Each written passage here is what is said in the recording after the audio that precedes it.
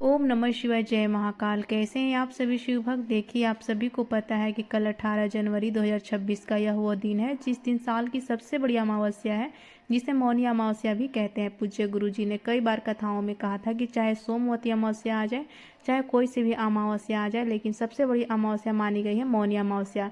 यह वो अमावस्या होती है जिस दिन आपके जितने भी पितृ हैं, चाहे आहूत है, उन सभी को तर्पण नहीं सीधे सीधे मोक्ष प्राप्ति हो जाती है। और आज के ही दिन करने वाला सबसे अचूक उपाय, मौनी स्वाधा वाला उपाय आप सभी लोगों को करना ही करना है। चाहे आपके घर में समस्या हो या ना हो, कभी आपके जीवन में कोई समस्या ना आए, आपकी कामना पूरी हो, तो आज के दिन यह उपाय आप सभी लोगों को जरूर करना है।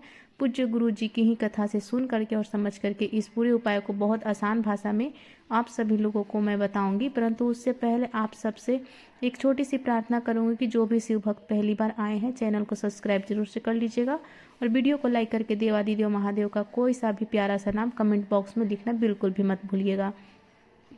इस पूरे वीडियो में हम 3 महा उपायों के बारे में बात करेंगे जो कि आपकी अलग अलग कामना पूर्ति के लिए सिद्ध होंगे। तो आपको ध्यान से सुनना है और समझना है। लेकिन उससे पहले आप सभी लोगों को एक विशेष जानकारी दे दूं कि इस बार की जो अमावस्या है वो पड़ रही है रविवार के दिन, और अधिकतर जो उपाय पूज्य गुरु जी ने बताए हैं अमावस्या के, वो या तो पीपल के वृक्ष के हैं या फिर किसके हैं, तुलसी जी के। और इन दिनों मतलब रविवार के दिन इन दोनों के अंदर ही ना तो जल समर्पित किया जा सकता है, ना ही उसके नीचे कोई भोग लगाया जाता है। तब आपको यह उपाय कैसे करना है जो पूज्य गुरु जी ने उसी कथा के दौरान बताया था कि अगर कभी भी अमावस्या पड़ जाए रविवार के दिन कि तब आपको कैसे उपाय करना है। ठीक है, तो उपाय को शुरुआत करते हैं। सबसे पहले बात करते हैं हमारे पहले वाले उपाय की। देखिए, पहला वाला जो उपाय आपको करना है मौली सुधा वाला करना है। पूज्य गुरु जी ने कहा कि आपके घर में मान लो कोई सी भी समस्याएं बन रही है, किसी भी तरीके की समय समय पर आपकी समस्याएं खड़ी हो जाती हैं, घरों में कोई ना कोई परेशानी खड़ी हो जाती है, कभी धन की हानि होने लगती है, कभी आपके घर में बीमारी होने लगती है, परिवार की उन्नति तरक्की रुकी हुई है, और आप किसी पंडित से पूछा कि हमारे घर में ऐसा समस्या क्यों चल रही है, और किसी पंडित ने या किसी ने भी आपको बोल दिया कि आपके घर में किसी तरीके का कोई पितृ दोष है, यानी कि आपके कोई पितृ हैं वह नाराज हैं, उन्हें भोग नहीं लग रहा, या फिर किसी भी कारणवश वो आपके घर में कोई ना कोई प्रॉब्लम क्रिएट कर रहे हैं, या फिर किसी भी तरीके का कोई अलग दोष है, तो आपके घर में कोई वास्तु दोष है, ग्रह दोष है, तो पूज्य गुरु जी ने कहा किसी पंडित को बुलाने की जरूरत नहीं, कोई हवन सामग्री हवन वगैरह कुछ कराने की जरूरत नहीं है।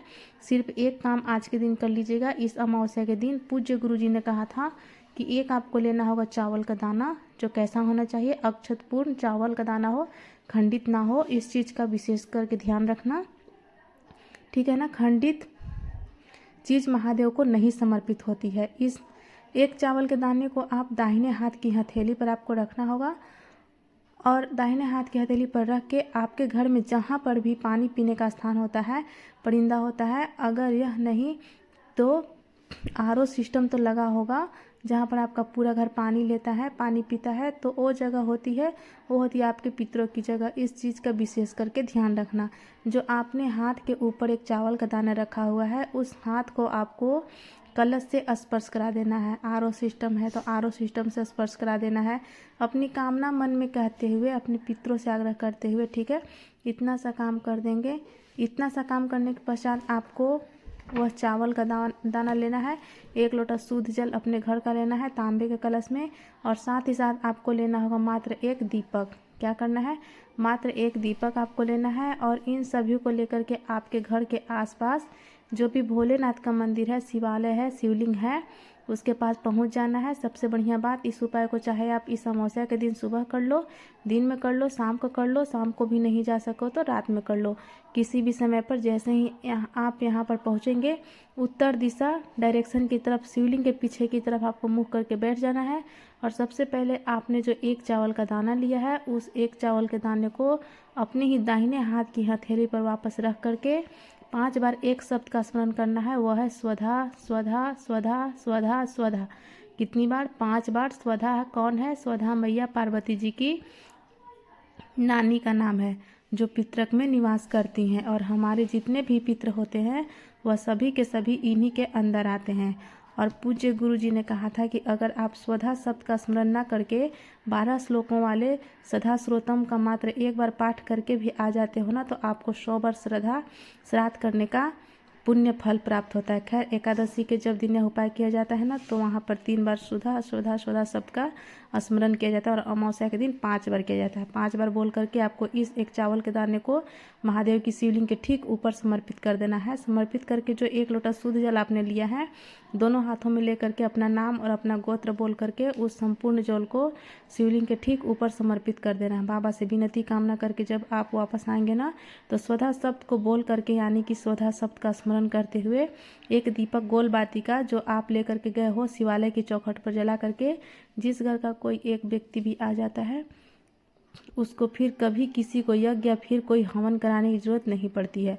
उसके घर के जितने भी दोष होते हैं वो हमेशा के लिए समाप्त हो जाते हैं। पूज्य गुरु जी का बहुत अद्भुत और अचूक उपाय है, जरूर से कीजिएगा। बात करते हैं हमारे दूसरे वाले उपाय की, और यह सबसे ज़्यादा खास और विशेष उपाय होने वाला है। क्योंकि ध्यान से कई बार हमारे जीवन में कुछ ऐसी समस्याएं आती हैं, हमें लगता है कि हमारी किस्मत साथ नहीं दे रही है, दुर्भाग्य हमारा पीछा नहीं छोड़ रही है, तो आप जिस कार्य में हाथ डालते हो उस कार्य में सफलता आपको मिलती ही नहीं है।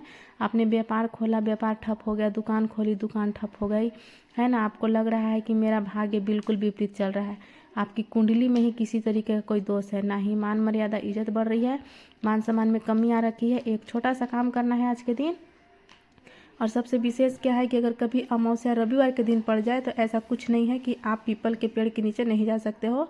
हाँ, यह है कि आप खाली हाथ कभी भी पीपल के पेड़ के नीचे मत जाना, ठीक है ना।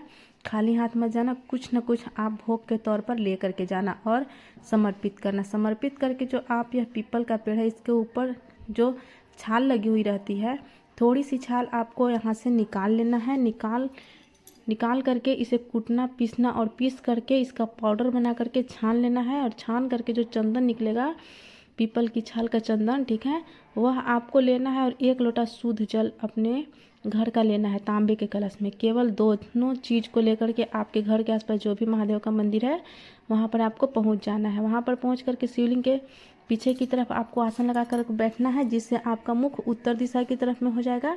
सबसे पहले आपने जो पीपल की छाल का चंदन लिया हुआ है, उस पीपल के छाल के चंदन को महादेव को शिवलिंग के यहाँ पर, केवल शिवलिंग पर आपको क्या करना है कि लेपन करना है।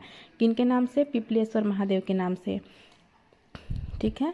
पिपलेश्वर महादेव के नाम से शिवलिंग पर आपको उस चंदन का लेपन करना है। लेपन करने के पश्चात दोनों हाथों को जोड़कर बाबा से निवेदन करना है, कामना करना है। और कामना करके जो शिवलिंग पर आपने चंदन लगाया है, उस चंदन को निकाल करके किसी भी एक कटोरी के अंदर आपको एकत्रित कर लेना है, इकट्ठा कर लेना है। जितना निकाल सको उतना निकालना। और उसके पश्चात 1 लोटा शुद्ध जल लेना, अपना नाम, गोत्र और अपनी कामना कह करके जिस दिन कर रहे हो उस तिथि को बोल करके शिवलिंग के ठीक ऊपर संपूर्ण जल को समर्पित कर देना। समर्पित कर देने के पश्चात ठोक दे करके इस चंदन को लेकर के आपको अपने घर पर आ जाना है। और इस चंदन के अंदर कोई सा भी लाल चंदन या पीला चंदन नहीं है तो कोई सा भी केसर आप ले सकते हो। उस केसर को उस चंदन के अंदर मिला करके, मिश्रित करके इस वाले टीकों को अपने पास में रखना है, यानी कि अपने घर के मंदिर में रख देना है। सुबह स्नान करके पश्चात मात्र 1 बिंदी अपने मस्तक पर और 1 बिंदी अपने कंठ पर इस चंदन को लगाना स्टार्ट कर दीजिए। आप जिस कार्य के लिए जाओगे महाराज सफल होकर के लौटोगे। आपके चाहे भाग्य कितना विपरीत चल रहा हो, सही रास्ते पर आ जाएगा। और आप जिस कार्य के लिए जाएंगे हमेशा उस कार्य में आपको उन्नति मिलेगी। पूज्य गुरु जी का उपाय बहुत अद्भुत और अचूक है, जरूर से कीजिएगा। अब बात करते हैं तीसरा उपाय का। तीसरा वाला उपाय पूज्य गुरु जी ने कई बार विशेष कथाओं में कहा है कि शिव महापुराण की कथा में कहा कि जब आपके जीवन में धन और पैसों को लेकर के समस्याएं बनने लगे ना, अनावश्यक खर्च होने लगे, पैसा बिल्कुल बचता नहीं, या फिर आपका कोई व्यापार है, कोई दुकान है, कोई फैक्ट्री है जो अच्छे से नहीं चल रहा है, तो आपको उसके लिए एक छोटा सा काम करना है। आज की रात्रि आपको करना होगा, एक लंबी बाती का दीपक तैयार करना है, चाहे आटे का चाहे मिट्टी का, जिसके अंदर आपको लंबी बाती लगानी है। और इसके अंदर ध्यान रखना है आपको घी भरना है, या फिर आपको भरना होगा तेल, ठीक है।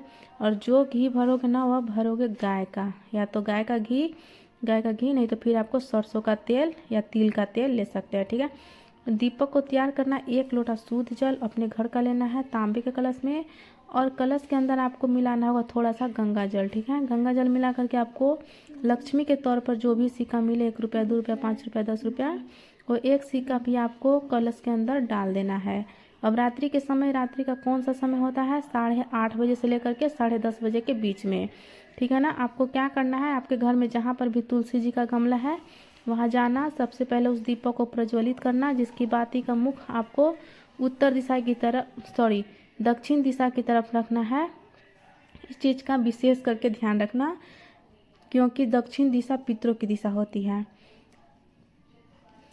पितरों से कामना करना है और जो कलश का जल है उसे आपको तुलसी जी में समर्पित कर देना है। केवल आपको यहाँ किसी भी चीज़ से ढक करके रख देना है। अगला दिन जब आएगा तो आपको क्या करना है कि कलश को लेना है और किसी भी पीपल के पेड़ के नीचे समर्पित करके आ जाना है। फिर पीपल का पेड़ नहीं तो बेलपत्र का पेड़, और बेलपत्र का पेड़ नहीं तो किसी भी वट वृक्ष के नीचे आपके घर में धन धान आना संभव है। पूज्य गुरु जी के सभी उपाय बहुत ही ज़्यादा खास और अद्भुत हैं, ज़रूर कीजिएगा। वीडियो पसंद आए तो लाइक कीजिएगा और चैनल को सब्सक्राइब भी कर लीजिएगा। धन्यवाद। हर हर महादेव। श्री शिवाय। नमस्तुभ्यम।